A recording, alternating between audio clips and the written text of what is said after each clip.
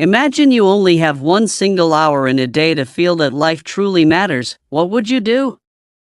This video will guide you through a journey to rediscover fulfillment, even when you feel exhausted and ready to give up. Precious moment. Picture yourself sitting in a small cafe, looking out the window, watching young people rush across the street, while you quietly wonder, have I missed something important in my life? Familiar thought, isn't it? At 50, 60, or even 70, this question is no stranger. You've spent countless hours working, worrying, sacrificing for family, but maybe never allowed yourself a perfect hour just to feel alive. Psychologists call this quality time, time that doesn't have to be long, only meaningful. Harvard's Adult Development Study, one of the longest-running studies in the world, shows that lasting happiness doesn't come from money or fame, but from small, meaningful moments with yourself or others. A single hour lived the right way can transform not only your week, but the way you see life itself. Here's the beautiful truth. To have such an hour, you don't need to become someone else, travel somewhere far, or have lots of money. You only need to pause, ask yourself what makes me feel alive, and allow yourself to experience it for 60 minutes. It could be reading a few pages of your favorite book, strolling slowly through the park, writing a short journal entry, calling an old friend, anything that makes you feel truly alive. And this is exactly the starting point of this video. Together, we'll explore practical ways to turn an ordinary hour into a precious one, so that you don't just exist, but feel nourished from within. Because one single hour can shift your entire life, and it all begins right now. Invisible burden. Here's a strange truth. Many people between the ages of 50 and 80 don't actually lack time, yet they constantly feel as if they never have enough time. Why?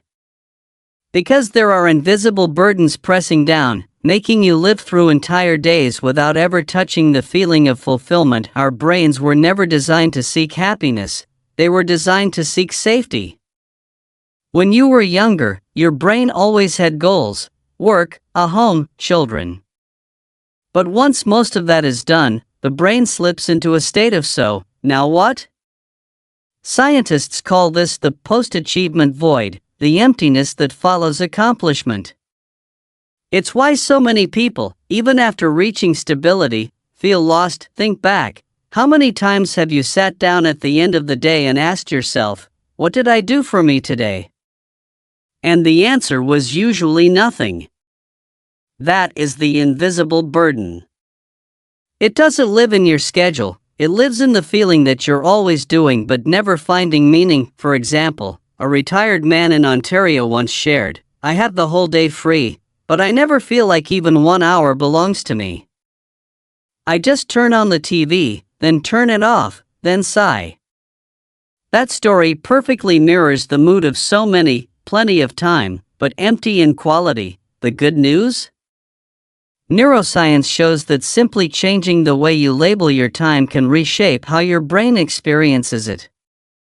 An hour you call rest time feels completely different from an hour you call my hour of fulfillment. Your brain literally reacts to how you define the experience. So the very first step to lifting the invisible burden isn't adding more activities, but shifting perspective. You don't need 10 extra hours of freedom. You just need one named hour, my hour. And with that alone, everything begins to feel lighter. The science of happiness. Did you know your brain doesn't actually distinguish between big joy and small joy the way you think it does? That's right. According to Dr. Sonia Lyubomirsky, one of the leading experts in positive psychology, about 40% of your happiness comes from small, daily actions, not from major life events. Take this for example, sipping a hot cup of tea in the morning, listening to an old song that brings back memories, or simply sitting outside watching the sunset. These seemingly tiny moments trigger dopamine and serotonin, your brain's happiness chemicals. Basically, Your nervous system doesn't care whether you just won the lottery or just took a delicious bite of cake, it rewards you with joy all the same. Here's the fun part. Between the ages of 50 and 80, your ability to savor small pleasures actually increases. A Stanford study found that older adults tend to feel positive emotions more deeply and are less distracted by superficial things. In other words, if you allow yourself a full hour to enjoy something small, your brain amplifies that joy many times over. Think about it, 1 hour doesn't need to be extravagant. You don't need to travel far or throw a big party. Just one meaningful, repeatable action. Some people choose to write in a journal for 10 minutes every day, then reread it after a month. They often feel richer than winning the lottery, because they can see the happiness they've already lived. Science shows happiness isn't something to hunt for far away, it's a skill of noticing what's already near. So, if you want a perfect hour, start with the tiniest things: a glass of lemon water, a word of gratitude, a favorite old song. Simple enough that your brain has no excuse to resist. The power of memory. Have you ever opened an old box, found a photo from the 70s, and suddenly a flood of memories came rushing back? That's not just nostalgia, it's your brain activating the hippocampus, the region responsible for storing memories and emotions. At ages 50 to 80, memories become a priceless treasure, proof that you've lived, loved, and experienced more than any novel could contain. Science shows that recalling positive memories reduces stress, boosts connection, and even improves memory itself. A study from Cambridge University found that older adults who spent at least 15 minutes a day sharing memories with friends or family had 20% higher life satisfaction compared to those who didn't. In other words, you're not just remembering the past, you're nurturing your spirit in the present. Picture this: your perfect hour could simply be calling an old friend and laughing about your youthful adventures. Or sitting with your grandchild, flipping through an old photo album, and telling stories of your first job, your clumsy mistakes, or your proudest wins. These stories transform an ordinary hour into an hour of connection, where both you and the listener feel part of something bigger. The fascinating part? When you share memories, your brain doesn't just replay them, it recreates the emotions as if they were happening again.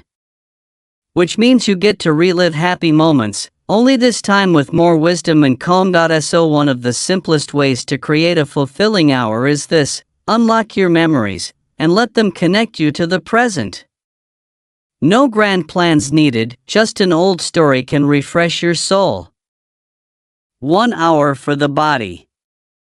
Have you noticed that your body is always talking to you, you just usually ignore it? A little crack in the knee, a short breath on the stairs, an ache after sitting too long. These aren't just signs of age, they're your body whispering, "Don't forget me." Science proves that even 30 to 60 minutes of light movement a day can reduce heart disease risk by 30%, lower depression risk, and even improve memory. A Mayo Clinic study showed that even a slow 20-minute walk is enough for your brain to release endorphins, the chemicals that make you feel lighter and happier. So why not turn one of your hours into a body hour? You can start simple. Sit up straight, inhale deeply for 4 seconds, hold for 4, exhale for 6. Repeat 5 times, and you'll feel your chest open and circulation improve. Or play your favorite old song and let your body sway freely. No grades, no judgment, just you and the freedom of movement. A 72-year-old woman once shared that every morning she spends exactly 1 hour practicing Tai Chi while listening to birds in her yard. She said, "I don't just feel healthier, I feel young again." That's the power of a body hour. It doesn't just heal joints, it heals the spirit, and the best part? You don't need a gym, fancy equipment, or anything complicated. Just a small space, a comfortable pair of shoes, and your own permission to move. That 1 hour could be the best medicine you'll ever take, no prescription required. 1 hour for others. Here's a paradox. The fastest way to feel fulfilled isn't focusing on yourself, it's giving your time to someone else. Psychologists call this the helper's high.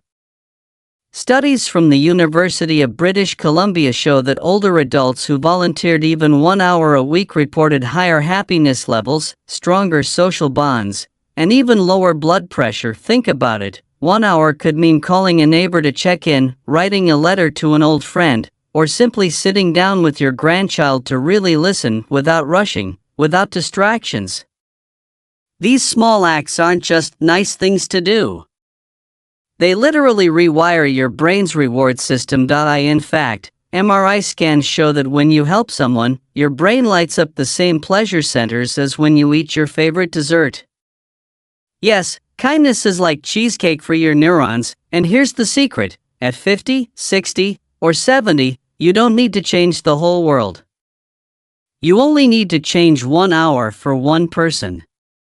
Sometimes, just holding space for someone else can give your own life a meaning so sharp it cuts right through the fog of loneliness. So, maybe your perfect hour isn't only yours, it's shared. And in sharing, you discover that your own heart feels a little less heavy, and a lot more alive. 1 hour of creativity. Ever notice how kids can turn a cardboard box into a spaceship? That's creativity, and here's the secret, your brain never loses that spark. Studies from the Journal of Aging and Health found that engaging in creative activities, writing, painting, cooking, even knitting, significantly improves mood and cognitive function in older adults. Creativity works like a reset button. It pulls you out of autopilot and reminds you that you're still capable of making something new. You don't have to be Picasso or Beethoven. You just need to let your hands, your words, or your imagination play. Imagine spending an hour writing a short memory from your life. Or baking an old family recipe. Or sketching something badly but joyfully. Creativity isn't about the outcome, it's about reclaiming your right to express yourself. One retired man in Toronto said he started woodworking at 68. The shelves I built are crooked, he laughed, but when I look at them, I see proof I'm not done creating. That's the magic of creative hours, they remind you that you're still building, still adding, still alive. So your perfect hour could be messy, colorful, playful. In fact, the messier it is, the more proof that you've shaken off the dust of routine. Redefining fulfillment. Here's the truth, there's no single recipe for the perfect hour. For some, it's moving their body. For others, it's memories, creativity, or connection. The real secret is giving yourself permission to define fulfillment on your own terms. Psychologists call this subjective well-being, the idea that your life satisfaction isn't measured by what others expect, but by how much meaning you feel. And meaning can be found in the simplest rituals, a walk at dusk, a conversation, a song, a prayer. So instead of chasing after some grand, flawless hour, try asking, what would make me feel alive today? And let that answer guide you. Because fulfillment isn't about perfection, it's about presence. Imagine if every week you carved out just one perfect hour. That's 52 hours a year, over 2 full days, of being deeply, unmistakably alive. Enough to shift not only how you see your time, but how you see yourself. So here's the closing thought, your perfect hour doesn't have to impress anyone. It only has to nourish you. And the moment you claim it, you'll realize you haven't run out of life. You've only just begun to live it differently.